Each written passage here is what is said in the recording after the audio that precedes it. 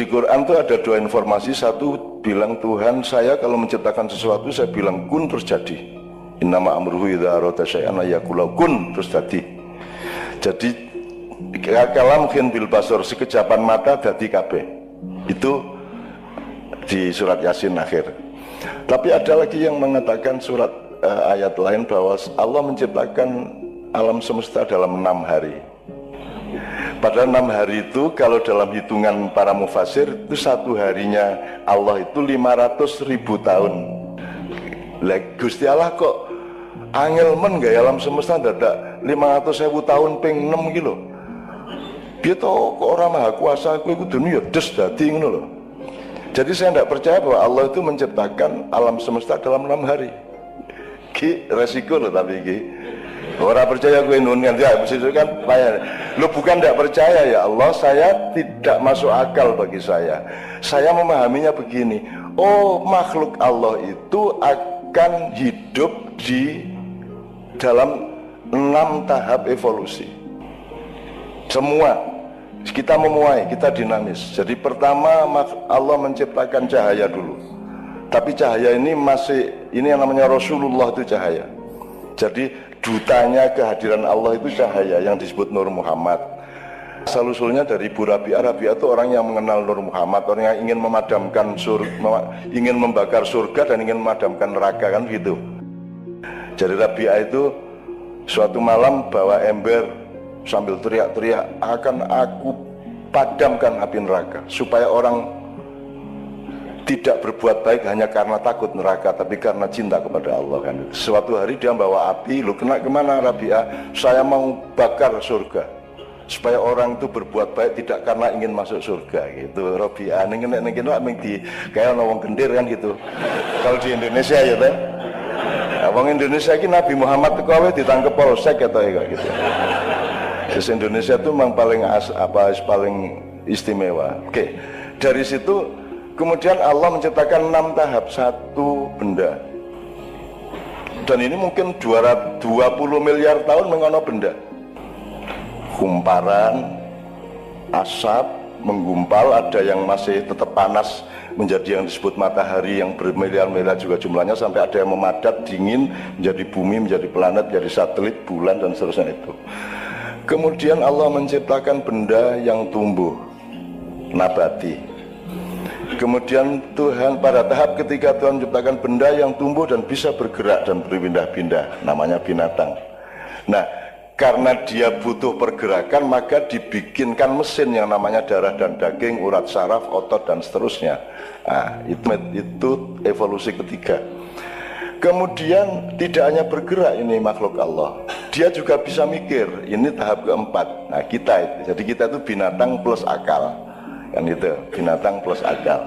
Nah, sekarang ini dunia sampai pada evolusi keempat, seluruh dunia, dan manusia masih belum mengenal yang 5 dan yang 6. Yang keempat ini adalah manusia menjadi the supreme subject. Dia yang utama dan dia pikir dia yang paling hebat, manusia ini. Maka dia bikin hak asasi manusia. Gue kan nyenengke gue. Kok ada hak asasi manusia? Setahu saya yang punya hak kan yang punya saham, Pak. Lagi manusia iki duwe saham apa ndul? Kowe iki ndul. Kowe iki nguyuh ora iso njadwal. Kowe rambutmu arep putih kowe ya mung isone kok cet. Kowe iki ora iso apa-apa. Manusia itu tidak punya kemampuan apa-apa. Dan orang kedokteran tahu persis betapa lemahnya manusia, kan begitu. Dokter tahu persis betapa lemahnya kita semua. Kanker jenis kok ngendi to asline ya angel. Apa meneh virus kuwi. Makanya virus kuwi lawane mung wiritan, Mas. Yang evolusi kelima itu apa? 4 kan manusia, maka hasilnya hak asasi manusia sama demokrasi. Kelima adalah kita tidak hidup begitu saja, kita ini dibikin. Yang bikin namanya Tuhan. Maka dalam perusahaan hidup kita ada Tuhan. Nah, Tuhan ini posisinya apa? Karyawan apa direktur? Jadi pertimbangannya menjadi beda. Kalau sekarang ini manusia kan direktur, maka ada hak asasi manusia. Ya serapopo. Tapi Indonesia sudah sadar dengan Pancasila, oh ada Tuhan kok. Nah, ternyata Tuhan ini bosnya, kita karyawannya. Maka kalau kita mau mengabdi kepada Tuhan, yang menentukan Tuhan. Masa ono satpam ngatur dewe, aku tugas jam semene ya Pak, lho. Ora, job desk-nya yang mengatur bosnya dong. Jadi kita ini hidup bagaimana, yang ngatur kan yang Tuhannya. Masuk Tuhan malah kita atur, Tuhan awas nek ngabulke. Itu. Nah, ada Tuhan. Nah, tahap keempat ini yang HTI, tahap 6 ini yang HTI maksud. Jadi setelah benda, materi, ya, syai', ya, kemudian nabat, kemudian hayawan, kemudian insan, kemudian abdun atau abdullah. Yang keenam itu khalifatullah, itu yang disebut khilafah. Jangan setuju khilafah. Lalu tidak ada cara lain di dunia ini, opsinya cuma khilafah. Cuman khilafah yang saya pahami tidak seperti yang dipahami HTI. Semalam saya omongkan panjang lebar. Khilafah itu bukan sistem, khilafah itu winih. Bahwa kamu itu utusan Tuhan, berlakunya harus persis seperti yang dimaui Tuhan. Wong kowe iki mung digawe kok. Nah, khalifah itu artinya apa? Orang yang berjalan di belakang. Jadi kalau ini yamin, iki yasir, iki amam, kalau ini khalf. Khalf itu buntuti. Jadi kita tuh buntuti kemauan Tuhan di belakang Tuhan dan Nabi Muhammad. Nah, khalifah adalah orang yang berjalan menjalankan segala sesuatu yang dikehendaki oleh Allah. Jadi semua orang tuh khalifah. Asal sampean mandi itu berarti sampean sudah khalifah. Jadi khalifah tidak harus negara. Khilafah itu winih, tanduran di tanah tertentu tumbuh jadi kerajaan, di tanah lain tumbuh jadi republik, di tanah lain tumbuh jadi NKRI. Itu juga khilafah. Jadi NKRI ya khilafah. Pancasila itu juga khilafah. Pancasila tidak mungkin ada kalau tidak ambil dari nilai Islam.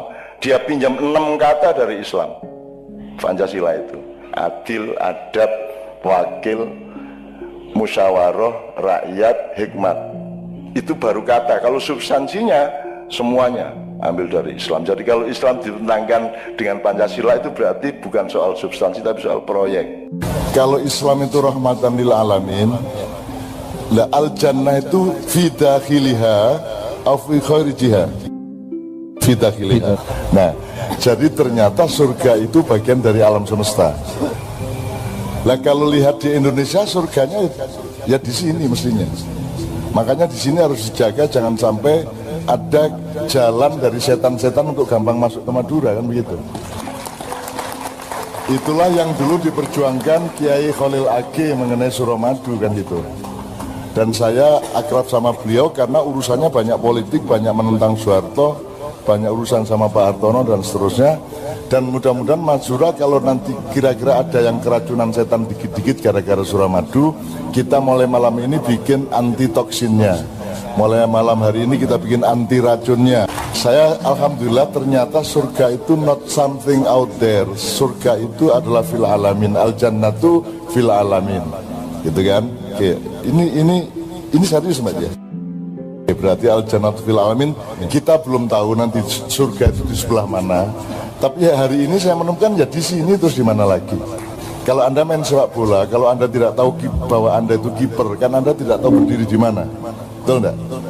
Kalau Anda tidak tahu posisi Anda dalam sepak bola, Anda tidak ngerti berdiri di mana, Anda tidak ngerti boleh nendang bola apa tidak.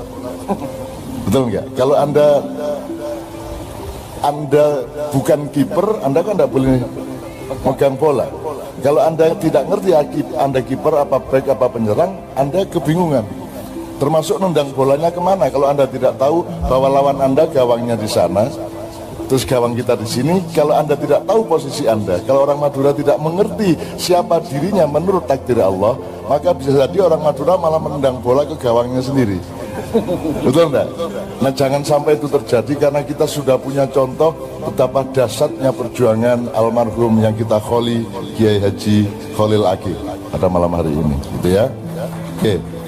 Jadi kita nanti cari bersama pertanyaan besarnya, fal tandur nafsun wal tandur nafsun ma qaddamat lighad. Hendaklah setiap diri, setiap jiwa melihat ke depan. Apa yang akan terjadi di depan? Apa yang akan engkau jalani di depan?